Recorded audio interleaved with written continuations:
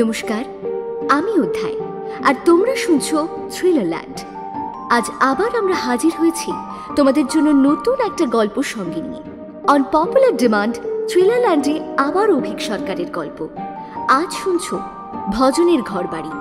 প্রসঙ্গত এর আগে লেখকের কলমে তোমরা থ্রিলারল্যান্ডে শুনেছ ইনকুইজিশন, হাড়িকাঠ, তেলিয়া ভোলা, ও যখন ডাকে এবং ভূত আর সাধু বাবা।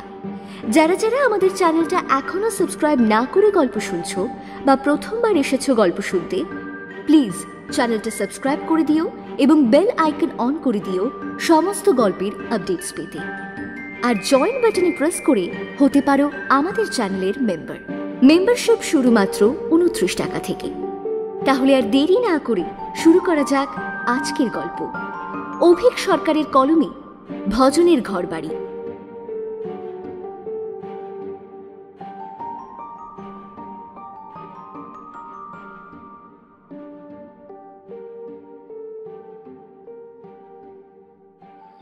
মহালয়ার সন্ধেবেলায় মনস্থির করেই ফেলল ভজন, না, ঘুঘুডাঙায় আর থাকা চলবে না। তার 7 পুরুষের বাস এবার তাকে তুলতেই হবে। শুতে যাওয়ার আগে ঘরটা একবার ভালো করে দেখে নিল ভজন। ঘর বললে অবশ্য লোকে ভারী আপত্তি করবে। একটা একচালা মোটে বাড়ি, মাথায় খড়ের ছাউনি, একটা দরজা, তার সামনে মাটিতে নিকোনো দাওয়া, জানলা বলতে দুদিকের দেওয়ালে 2টো ফোকর মতো, তাতে একটা পাল্লার হালকা আভাস রয়েছে। আর দরজার যা হাল, চোর বা ডাকাত দেখলে হয়তো হেসেই ফেলবে। ঘরের ভিতরে একটা পায়া ভাঙা চৌকি, ভাঙা পায়ার জায়গাটা ইট দিয়ে উঁচু করা।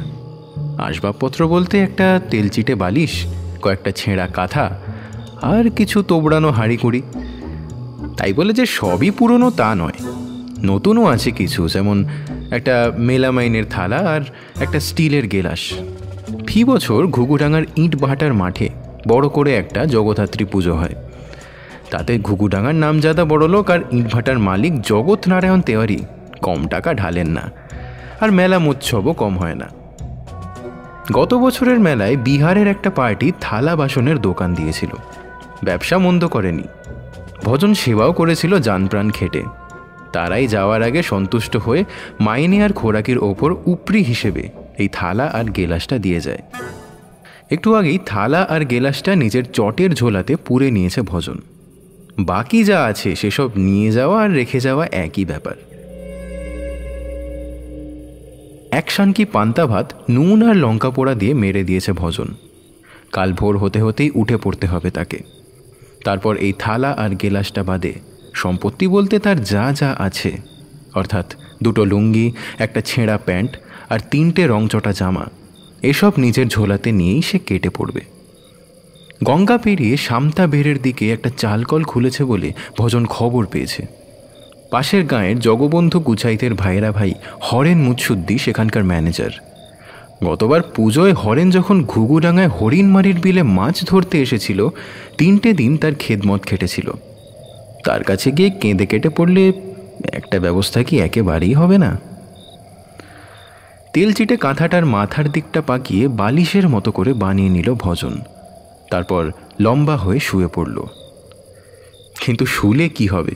খানিক উসখুস করার পর ভজন বুঝল যে আজ রাতে তার ঘুম আসা মুশকিল।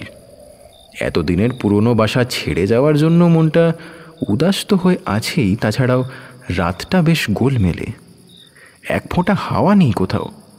তার উপর একটা ভ্যাপসা গরম যেন চারিধারে জাঁকিয়ে বসেছে।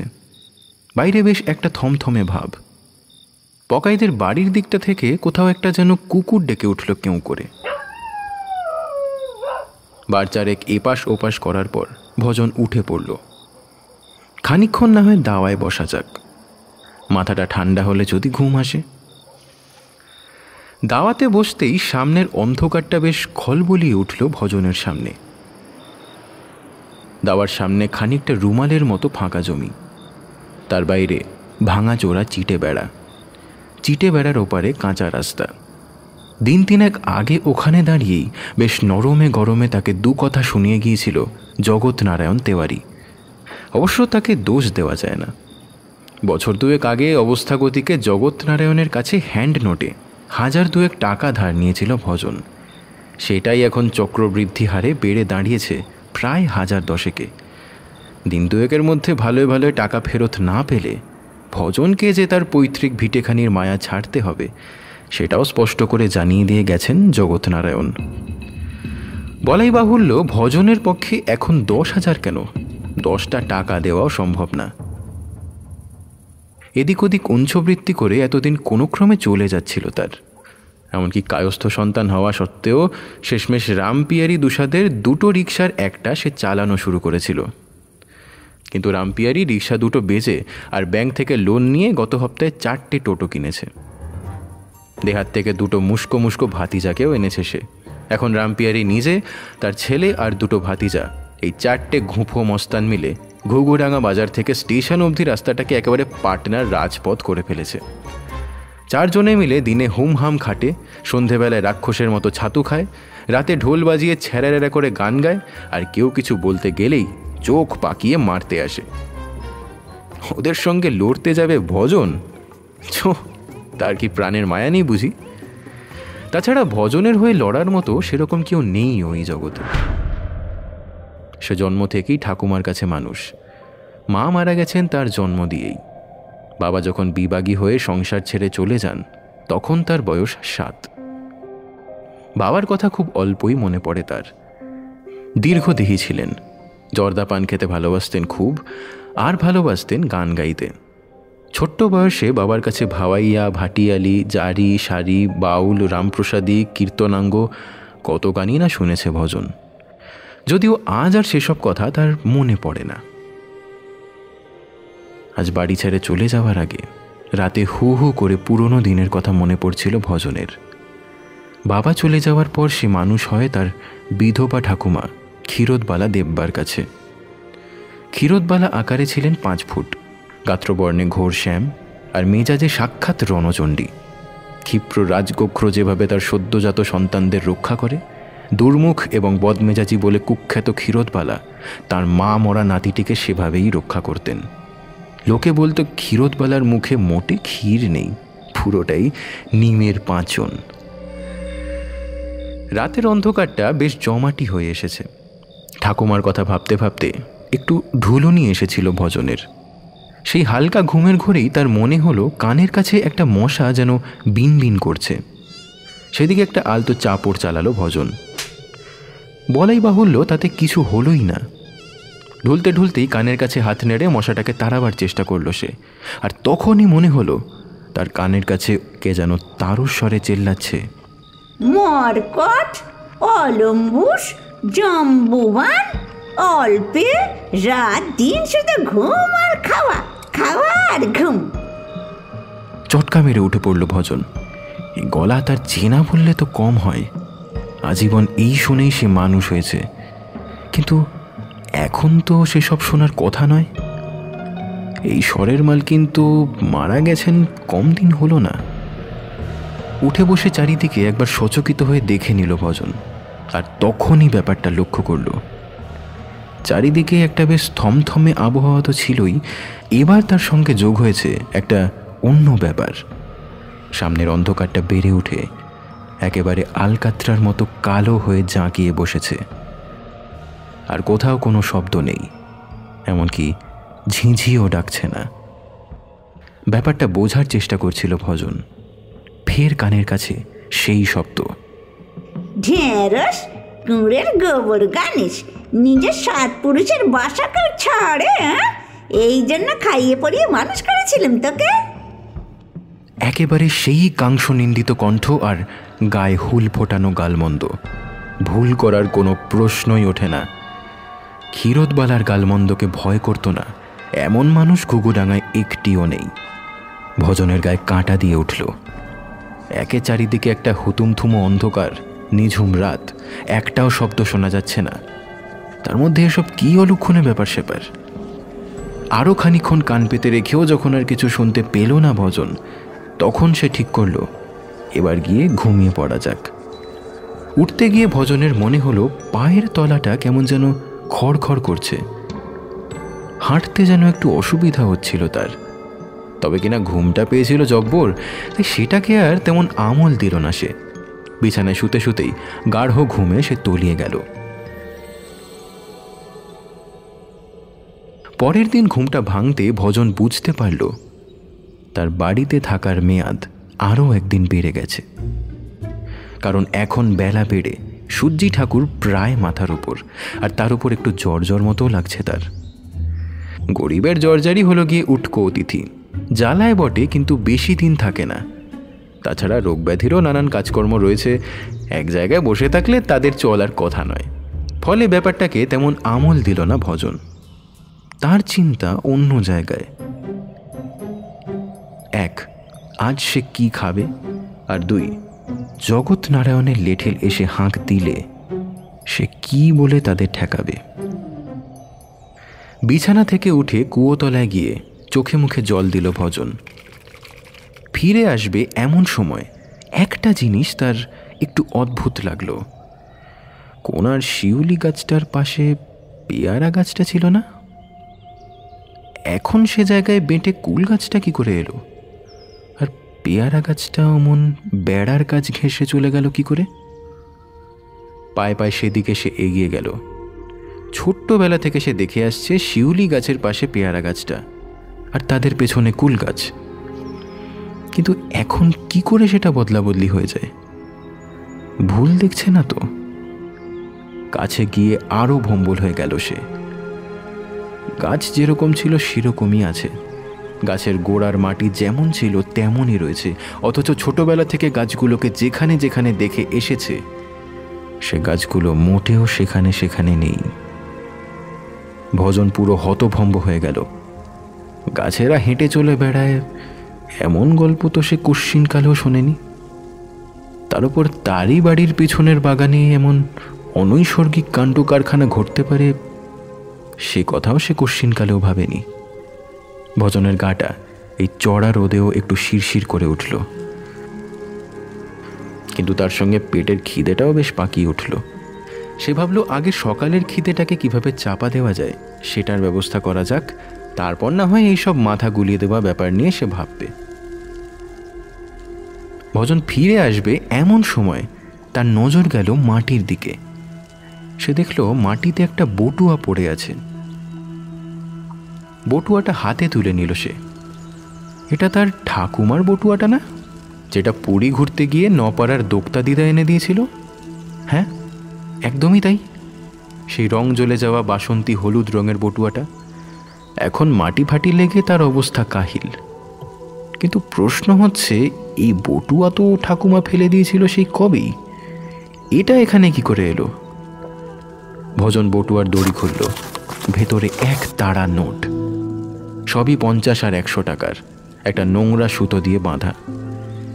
এই আশ্বিনের সকালে গামছা পরে কলতলায় দাঁড়িয়ে হতভম্ব হয়ে গেল ভজন। তারপর কাঁপা কাঁপা হাতে নোটগুলো সে তুলে নিল। গুনে দেখল পাক্কা 1000 টাকা রয়েছে। মাথাটা ফের একবার বাঁই করে ঘুরে গেল ভজনের। শেষ কবে একসঙ্গে এতগুলো টাকা দেখেছে তার মনে পড়ে না। তবে কিনা পেটের জ্বালা বড় জ্বালা। ভজন এসব নিয়ে বিশেষ ভাবল না। বটুয়াটা ঘরে রেখে কুয়োর জলে ঝটপট স্নান করে নিল। তারপর কাল রাতে যে ঝোলাটায় জিনিসপত্র ভরেছিল সেখান থেকে একটা ছেঁড়া প্যান্ট আর একটা তাপ্পি মারা জামা পরে সে বেরিয়ে পড়ল। পকেটে 5টা 100 টাকার নোট। গঞ্জের বাজারের মুখটায় কচুরি বানায় হনুমান হালুইকর, সঙ্গে আলু আর মটরের হিং দেওয়া তরকারি। কচুরির গন্ধে চারিদিক ম ম করতে থাকে। এখন বাজার উঠে যাওয়ার মুখে, লোকজনও বেশি নেই। হনুমানের দোকানের উনুনের আঁচও নিভু নিভু। সামনের বেঞ্চে বসে ভজন একটু ইতস্তত করে বলল, কচুরি হবে? হনুমান মিশির একটু তেরছা চোখে ওর দিকে তাকিয়ে বলল, হবে তো বটেই, কিন্তু মাংনা হবে না। হ্যাঁ, পয়সা লাগবে। তোমার আগের 50 টাকা এখনো বাকি আছে। বুক পকেটে পয়সা থাকলে বুকে জোর আসে।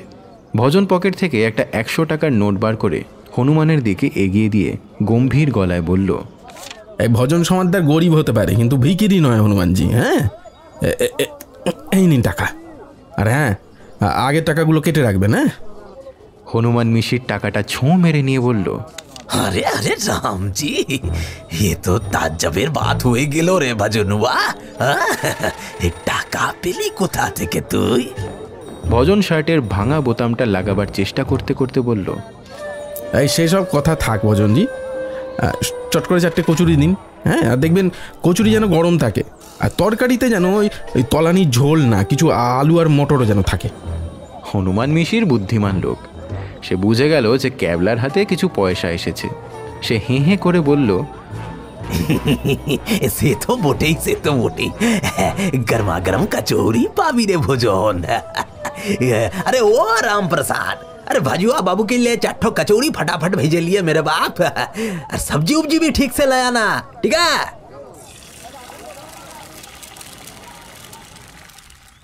হনুমানের দোকান থেকে 1 ডজন কচুরি আর গন্ডা খানেক মিঠাই খেয়ে পেটটা তার ঠান্ডা হলো। বোধ করি 5-6 মাস বাদে বোধহয় এমন অমৃত ভোজন জুটল তার।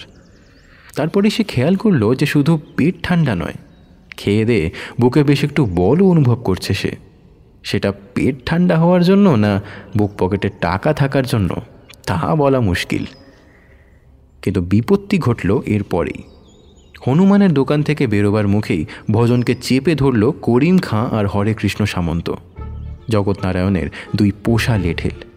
করিম খাঁ খপ করে ভজনের কলার চেপে বলল, এই কিরে শালা, মালিকের পয়সা বেটাবার নাম নিয়ে এখানে মুস্তি করে কচুরি খাওয়া হচ্ছে?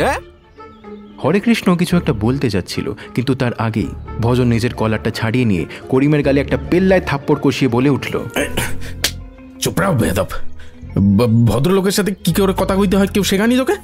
হ্যাঁ? করিম থাপ্পড়টা খেয়ে এত হতভম্ব হয়ে গেল যে নিজের গালে হাত বোলাবার কথাটা অবধি তার মনে পড়ল না। হরে কৃষ্ণর হাত থেকে লাঠিটা ঠক করে পড়ে গেল মাটিতে।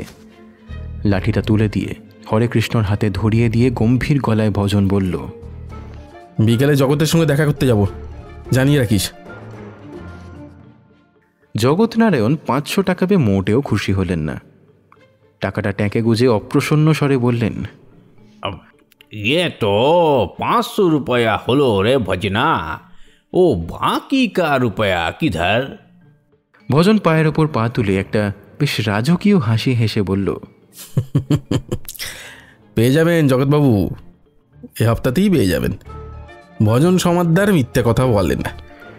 কথাটা বেশ চাঁক করে সে বলল বটে, কিন্তু ভজনের বুকটা দুরু দুরু করছিল। এত টাকা সে পাবে কোথায়? জগৎনারায়ণ ভুরু কুঁচকে ভজনের বসার ভঙ্গিটা লক্ষ্য করলেন। সে ঘাঘু লোক, যা বোঝার বুঝে নিলেন। ভজন চলে যাওয়ার পর করিম আর হরে কৃষ্ণকে কাছে ডেকে ফিসফিস করে কি যেন একটা বললেন তিনি।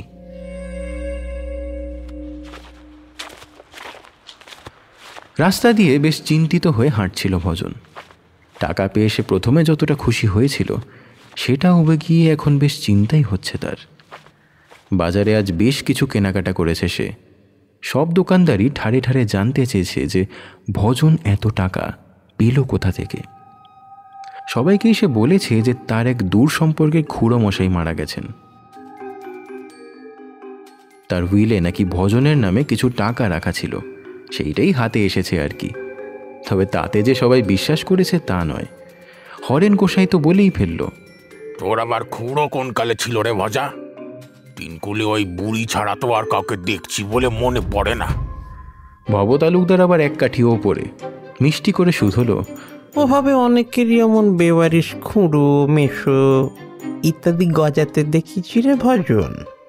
এই তো চাপড়ামারির স্বপন খাসনবিশ এককালে রবিদাস হালুইয়ের মিষ্টির দোকানে কাজ করত। ভোটের পরে কোন পিসে মশাই না তালুই মশাই ধরে লালে লাল হয়ে গেল একেবারে। এখন তার 3টে বাস, গঞ্জের বাজারে 2খানা চাল কল। তারপর শুনেছি নাকি প্রমোটারির ব্যবসাতেও নামবে।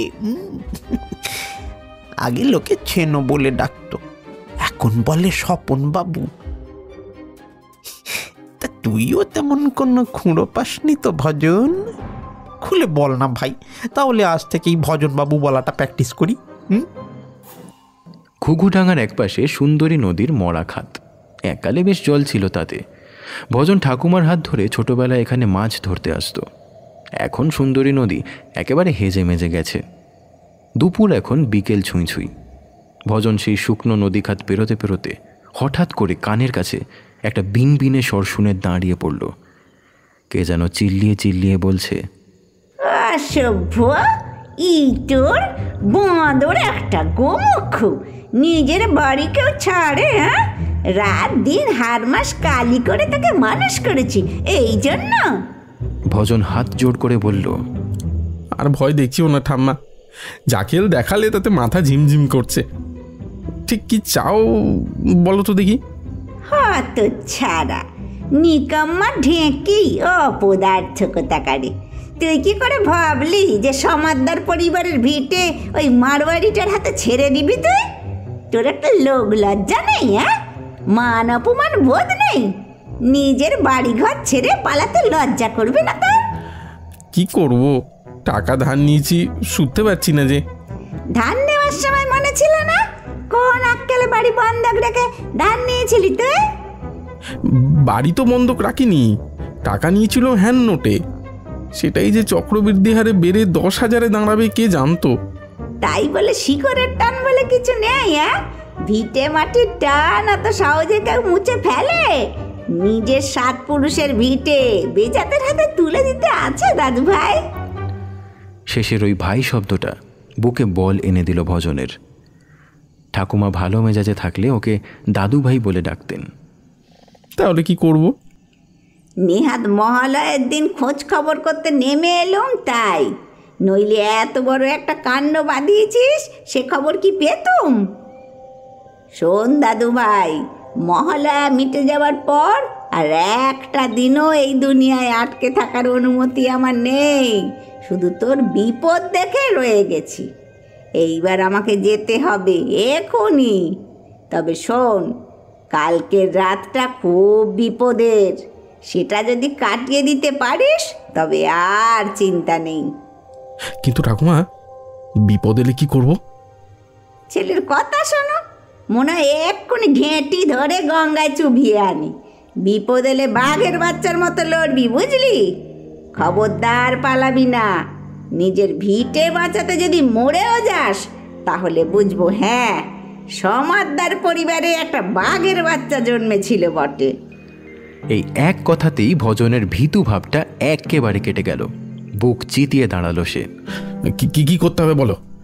এই তো চাই। শোন দাদু ভাই, আমি চললুম। আমরা এই দুনিয়ায় এলে 3টে অশৈলী কাজ করার ক্ষমতা পাই। একটা তো দেখেছিস, আর একটা আজ রাতেই হবে। শেষেরটাই সাংঘাতিক। তবে ভয় পাস না, যা হবে তোর ভালোর জন্যই হবে।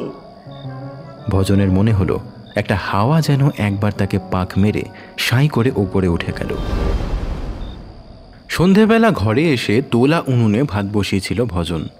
অনেকদিন হলো এ বাড়িতে উনুনে আগুন পড়েনি। চেয়ে চিনতে যা পাওয়া যায় তাই দিয়েই সে পেট ভরিয়েছে। কাঠকুটো আর ঘুঁটের ধোঁয়াতে চোখে জল আসছিল তার। তবে সেটা শুধু ধোঁয়া নয়, অন্য কারণেও হতে পারে। রান্না অবশ্য সামান্যই। সেদ্ধ ভাত, আলু সিদ্ধ, ডিম সিদ্ধ, নুন আর কাঁচা লঙ্কা। কতদিন ডিম খায়নি ভজন। শুধু ডিম কেন, মাছ মাংস সে শেষ খেয়েছে তা প্রায় মাস 2 হবে। ভাবতে ভাবতেই জিভ থেকে 2 ফোঁটা নাল তার নতুন কেনা লুঙ্গিতে এসে পড়ল। ভাত হয়ে গেছে বুঝে হাঁড়িটা উনুন থেকে নামিয়ে নিল ভজন। গলার কাছ থেকে জিভের ডগা অবধি একটা খাই খাই ভাব তার উঠে আসছিল। নিজেকে প্রবোধ দিল ভজন। তবে খাই খাই ব্যাপারটা সেই প্রবোধে তেমন আমল দিল বলে মনে হলো না। ভাতের ফ্যান গালার জন্য উঠতে যাবে ভজন, তখনই একটা ব্যাপার খেয়াল করল সে। তার পায়ের তলাটা কেমন যেন কাল রাতের মতোই খড়খড় করছে, কিন্তু কাল রাতের থেকে অনেকটা বেশি। হাঁড়িটা মাটিতে নামিয়ে পায়ের তলায় হাত দিল সে। মনে হলো 2 পায়ের তলা জুড়ে যেন সরু মোটা নানান আকারের সুতো গজিয়েছে। একটু বেকুব বনে গেল ভজন। এ আবার কি অনৈসর্গিক কাজকর্ম? পায়ের চামড়া থেকে সুতো গজাচ্ছে কেন? উনুনের আগুন তখনও নেভেনি। তার নিভু নিভু আঁচে ভজন দেখল তার 2 পায়ের তলা জুড়ে যেগুলো গজিয়েছে সেগুলো আর কিছু নয়, গাছের শিকড়। ভজনের মাথা এবার সম্পূর্ণভাবে গুলিয়ে গেল। মানুষের গায়েও যে গাছের মতো শিকড় গজাতে পারে এটা তার ভাবনারও বাইরে ছিল। সে নিজের পায়ের নিচে হাত বুলিয়ে নিল আরেকবার। তারপর কি মনে হতে নিজের হাতের দিকে একবার তাকালো সে। সেই একই ব্যাপার, সারা গা জুড়ে ছোট বড় বিভিন্ন আকারের সুতো গজিয়েছে। সেগুলো আসলে শিকড় ছাড়া আর কিছু নয়। ভজনের শির দাঁড়া দিয়ে একটা হিমেল স্রোত নেমে গেল, সঙ্গে বুকটাও ধরফড় করতে লাগলো। এ আবার কোন দেশি বিটকেল রোগ হলো তার? এত বছর দুনিয়াদারি সে করেছে, কিন্তু এমন বিদঘুটে রোগের কথা সে কখনো শোনেনি। ঘাড়ের কাছটা দপদপ করছিল ভজনের। ভাবলো ঘাড়ে মুখে একটু জল দিয়ে আসবে সে, তারপর মাথা ঠান্ডা হলে এটা নিয়ে ভাববে। কুয়ো থেকে জল তুলে মুখে ছেটাতে যাবে ভজন, ফের বেড়ার দিকে তার নজর গেল। পূব দিকের করবি গাছটা তার নিজের জায়গায় নেই, সেটা প্রায় 2 হাত মতো সরে গেছে। তার গা ঘেঁষে এসেছে কাগজি লেবুর গাছটা। সে বুঝে গেল এসব অশৈলী কাজ কারবার বোধ হয় তার ভালোর জন্যই হচ্ছে। এটাই ঠাকুমার 2 নম্বর কেরামতি নয় তো? দুরু দুরু বুকে ভজন করবি গাছটার দিকে এগিয়ে গেল। ওর বাড়িটা পাড়ার একেবারে শেষে। এদিক পানে হুট করে কেউ আসে টাসে না, তাও একবার চারিদিকে এসে তাকিয়ে নিল। আর তারপর করবি গাছের কাছে এসে দাঁড়াতেই মাটিতে পড়ে থাকা মানি ব্যাগটা হালকা চাঁদের আলোয় চোখে পড়ল তার। বাবার মানি ব্যাগটা না? হাতে নিয়ে ভজন বুঝল তার অনুমানই ঠিক। বাবার সেই ফাটা ময়লা মানি ব্যাগটাই বটে। শুধু তফাৎ বলতে সেটার মধ্যে কয়েকটা জরুরি কাগজ ছাড়া কোনো দিনই বিশেষ কিছু থাকতো না। আর এখন সেটাই বিস্তর পেট মোটা। ঘরে এসে কুপিটা একটু উস্কে দিল ভজন। তারপর মানি ব্যাগটা খুলল। 2000 টাকার 25টা নোট, মানে 50,000 টাকা। হিসেব মতো এরপর ভজনের মূর্ছা যাওয়ার কথা, কিন্তু সে জানে এসব কেন হচ্ছে। তাই মাথা টাথা ঘুরলেও মোটামুটি সামলে নিল সে। মানি ব্যাগটা একটা পুরনো কার্ডবোর্ডের বাক্সর ভেতরে রেখে ঝটপট খেয়ে দিয়ে ঘুমিয়ে পড়ল ভজন সমাদ্দার।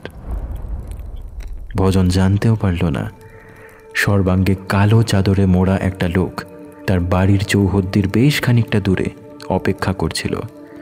হাতের শক্তিশালী বাইনোকিউলারটা গুটিয়ে ফেরার পথ ধরল সে।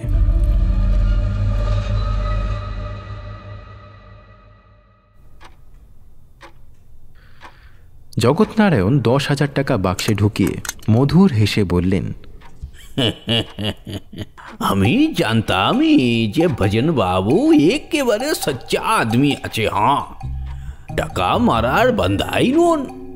আসলে দিনকাল তো ভালো না, তাই একটু নরম করে মনে করিয়ে দেওয়া আর কি। ভজনের গায়ে সদ্য কেনা টি শার্ট আর টেরিলিনের প্যান্ট, পায়ে নতুন হাওয়াই চপ্পল। চায়ের কাপে একটা শুরুর শব্দ তুলে সে বলল, সুবিধা অসুবিধা তো থাকেই জগৎবাবু, হ্যাঁ, এই নিয়েই তো সংসার। তবে তাই বলে কারোর বাড়ি গিয়ে চড়াও হয়ে অপমান করাটা কিন্তু কোনো কাজের কথা না। नहीं, सही बात है, एकदम ठीक কথা। হ্যাঁ, তা ভজন বাবুর নসিব তো মনে হচ্ছে একেবারে খুলে গেছে। হ্যাঁ, তো কি ব্যাপার, কোনো খাজানা বাজানা হাতে এলো নাকি? হ্যাঁ, ভজন চায়ের কাপটা মাটিতে নামিয়ে রাখতে যাচ্ছিল। কথাটা শুনে তার হাতটা সামান্য কেঁপে গেল। জোর করে মুখে হাসি ফুটিয়ে বলল, না না, গুপ্তধন নয়, আমার এক দূর সম্পর্কের খুড়োমশাই মারা গেছেন। তার উইলে আমার নামে কিছু টাকা রাখা ছিল, সেইটাই হাতে এসছে আর কি। তাও বেশি নয়, পেয়েছিলাম অল্পই, তা সবটাই প্রায় আপনাকে দিয়ে গেলাম। আমাদের এমন কেন খুড়ো মশাই হয় না বলুন তো ভজন বাবু? লোকটার হাবভাব ভজনের ভালো ঠেকছিল না। একে ভজনা থেকে সোজা ভজন বাবু, তারপর দামি পেয়ালায় চা, আর এখন এইসব বেকায়দার প্রশ্ন। সে উঠে হাত জোড় করে বলল, হ্যাঁ, তাহলে আজ উঠি। দরকারের সময় বড় সাহায্য করেছিলেন, এই উপকারটুকু মনে রাখবো। ভজন চলে যাওয়ার পর করিম আর গদাইকে কাছে ডাকলেন জগৎনারায়ণ। তারপর বললেন, সব রেডি তো?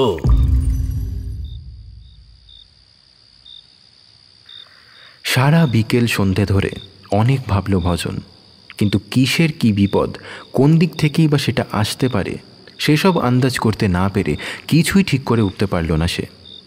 তার বাড়িঘরের যা অবস্থা তাতে তালা দেওয়া আর না দেওয়া সমান। বাড়িটাও পাড়ার একেবারে শেষে। যদি এসে কেউ হাত পা বেঁধে টাকাগুলো লুটে নিয়ে যায় তাহলে তার আর কিছু করার নেই। সে রোগা ভোগা মানুষ, কোনোদিনও মারপিট করেনি, বরাবর মার খেয়ে এসেছে। টাকাগুলো নিয়ে পালানোও চলবে না, পালিয়ে এসে যাবেটাই বা কোথায়? সেই তো এখানেই ফিরতে হবে। রাতটা ঘন হয়ে আসতে দাওয়া থেকে উঠে দাঁড়ালো ভজন। আশ্বিনের পরিষ্কার আকাশ, দ্বিতীয়ার চাঁদ উঠেছে। দক্ষিণ দিক থেকে একটা মন ভালো করে দেওয়া ঝিরিঝিরি হাওয়া ভেসে আসছে। খানিকক্ষণ সেদিকে তাকিয়ে বুক ভরে একটা শ্বাস নিল ভজন।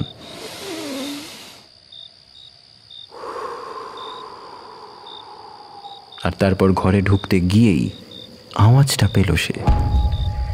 পেছনের বাগান থেকে একটা মৃদু সরসর শব্দ ভেসে আসছে না? শুকনো মাটির ওপর দিয়ে গাছের ডাল টেনে নিয়ে গেলে যেমন আওয়াজ হয় ঠিক তেমনই, শুধু তফাতেই যে আওয়াজটা অনেকটা ধীর। কেউ যেন বেশ সময় নিয়ে কাজটা করছে। ঘরে একটা সোলার লণ্ঠন জ্বলছিল, আজই কিনে এনেছে ভজন। বোতাম টিপে সেটাকে বন্ধ করলো সে। চারিদিকে ঝুপ করে একটা অন্ধকার নেমে এলো। তারপর পা টিপে টিপে দাওয়া থেকে নামলো সে। খুব সতর্কভাবে গুঁড়ি মেরে এগোতে লাগলো পিছনের বাগানের দিকে। কুয়োতলায় পৌঁছে ভজন যা দেখল তাতে আক্কেল গুড়ুম হয়ে গেল তার। দ্বিতীয়ার চাঁদের আবছা আলোয় ভজন দেখল তার বাগানের গাছেরা যেন কনসার্ট বসিয়েছে। করবি গাছটার গা ঘেঁষে এসেছে কুল গাছটা। কাগজি লেবুর গাছের গায়ে পরম স্নেহে হাত বুলোচ্ছে পেয়ারা গাছটা। বেড়ার ওপারে অনাদরে বড় হওয়া শিউলি গাছটা কোনো অলৌকিক মন্ত্র বলে হেঁটে হেঁটে এপারে চলে এসেছে। তার ফুলের গন্ধে চারপাশ মাতাল। এসব অনৈসর্গিক কাজ কারবার দেখে প্রায় অজ্ঞান হয়ে যাচ্ছিল ভজন, কিন্তু ঠাকুমার কথাগুলো ভেবে দাঁতে দাঁত চিপে ভেতরের ঠকঠকানিটা সে দিব্যি সামলে নিল। তার মন বলছিল এরপরে আরও সাংঘাতিক কিছু ঘটবে। হঠাৎ করেই গাছেদের এই কনসার্ট বন্ধ হয়ে গেল। কারণটা বুঝল না ভজন। সবকিছু একেবারে চুপচাপ, চারিদিকে পাথুরে নিস্তব্ধতা। বাতাসটাও হঠাৎ করে থেমে গেল। কুয়োর আড়াল থেকে বেরিয়ে এলো ভজন। যতটা সম্ভব গাছের ছায়ার আড়াল দিয়ে বাগানের মধ্যিখানে গিয়ে দাঁড়ালো। তারপর তার চোখে পড়ল শিউলি গাছটার গোড়ায় পড়ে থাকা কিছু একটার দিকে। জিনিসটা আর কিছু না, একটা পুঁটুলি, একটা ময়লা সাদা লালপাড় শাড়ি দিয়ে বাঁধা। শতচ্ছিন্ন শাড়িটা চিনল না ভজন, তবে কে যেন মাথায় টিকটিক করে বলছিল এই শাড়িটা তার চেনার কথা। অস্বস্তিটা বুজকুড়ির মতো তার পেট থেকে উঠে আসছিল। পুঁটুলিটা খুলে ফেলল ভজন, আর তারপরেই থ হয়ে গেল সে। এক রাশ গয়না ছড়ানো আছে ছিন্ন মলিন শাড়িটার বুক জুড়ে। দুটো চুড়ি, একটা মকরমুখী বালা, দুটো ঝুমকো কানের দুল, এইসব। কেউ বলে না দিলেও ভজন বুঝল এই সব কটা গয়নাই সোনার। ভজনকে এও বলে দিতে হলো না এই শাড়ি আর গয়না কার। গয়নাগুলোর ওপর পরম মমতায় হাত বোলালো সে।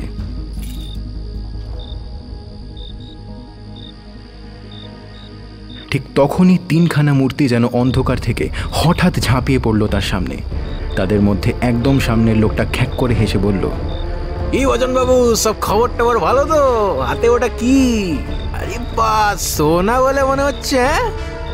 বাহ বাহ, এবার তো নোট ফোট ছেড়ে সোনা দানা জহরতের দিকে হাত বাড়িয়েছেন দেখছি। ভজন স্থানুবৎ দাঁড়িয়ে রইল। একটা রাগ ওর পা থেকে মাথা অবধি উঠে আসছিল, আর সেই সঙ্গে সারা শরীর জুড়ে একটা অচেনা অস্বস্তি। একদম সামনের লোকটা হেলতে দুলতে এগিয়ে এলো। তো ভজন বাবু, এবার যে গুপ্তধনের সন্ধানটা খুলে বলতে হচ্ছে আমাদের। বলিয়ে বলিয়ে বলিয়ে বলিয়ে মুখ খোলিয়ে।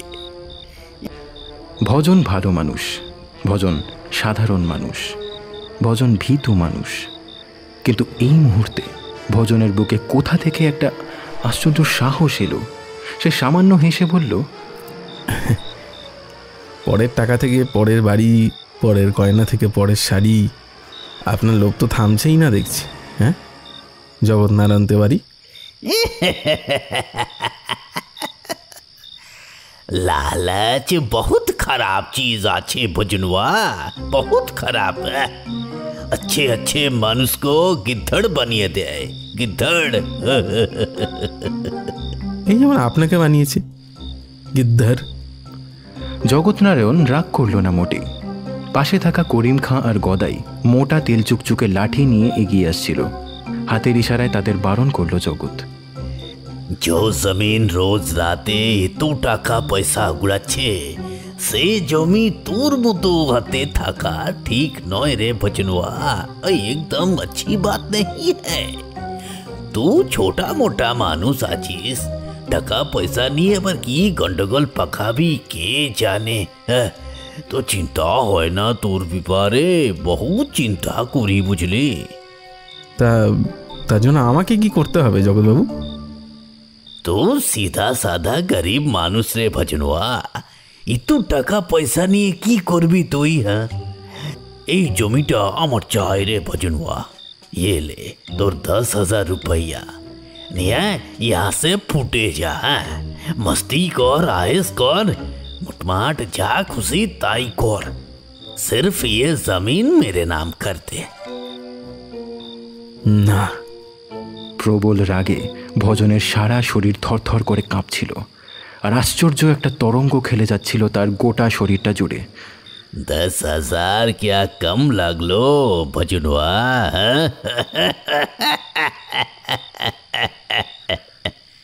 পেছন থেকে করিম বলল, এত সময় নষ্ট করছেন কেন মালিক? হুকুম দিন, ইবলিসের বাচ্চাটাকে সুন্দরীর চড়ে পুঁতে রেখে আসি। সেদিনের থাপ্পড়টা খেয়ে তোর শিক্ষা হয়নি দেখছি করিম। হ্যাঁ, মনে হচ্ছে তোকে আরো কিছু সহবাদ শেখানো দরকার।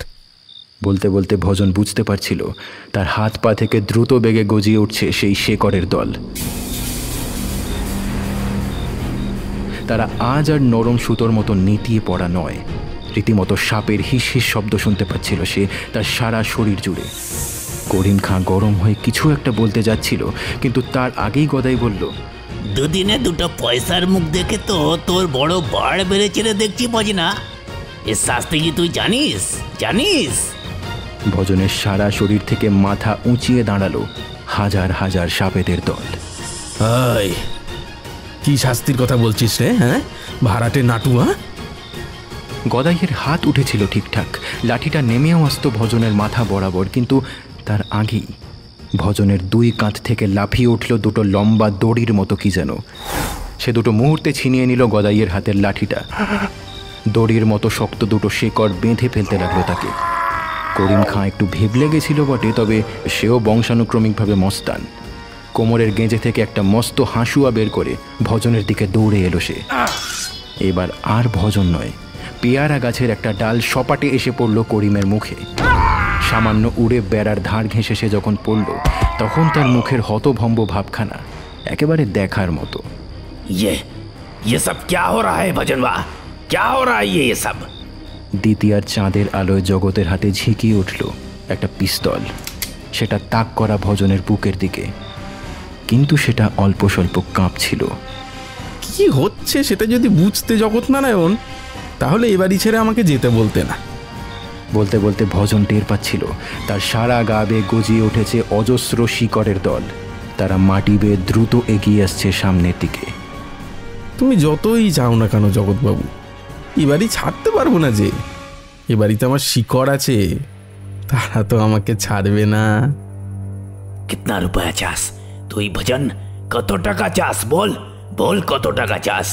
চিৎকার করে উঠল জগৎনারায়ণ। ততক্ষণে তার পা বেয়ে উপরে উঠতে শুরু করেছে সেই শিকড়ের দল। ভজন কিছু বলল না, শুধু সামান্য হাসল। ক্ষীরোদবালার শেষ জাদু এবার একেবারে শেষের দিকে। সব শেষ হলে ভজন যখন টলতে টলতে ধপাস করে মাটিতে বসে পড়ল, তখন পূব আকাশ লালচে হতে শুরু করেছে।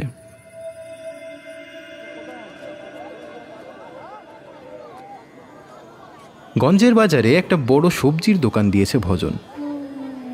খদ্দের কম হচ্ছে না, টুকটাক করে চলে যাচ্ছে তার। বাড়িটা সারিয়েছে সে, এখন বেশ ঝকঝকে তার বাড়িঘর, ঝকঝকে লাগে তার পেছনের বাগানখানাও। কাজ সেরে এসে বেশ খানিক্ষণ বাগানে কাটায় ভজন। কাছেদের সঙ্গে কথা বলে, গায়ে হাত বোলায়।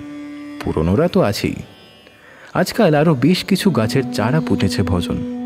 তাদের গোড়া নিড়িয়ে দেয়, সার দেয়, জল দেয়। জল দেয় আরও 3টে গাছের গোড়ায়। তার বেড়ার বাইরে 3টে আকন্দ গাছের ঝাড় গজিয়েছে, কে জানে কোথা থেকে। তাদেরও একটু জল দেয় ভজন। লোকে বারণ করলে শোনে না, বলে আহা থাক না, কেষ্টর জীব।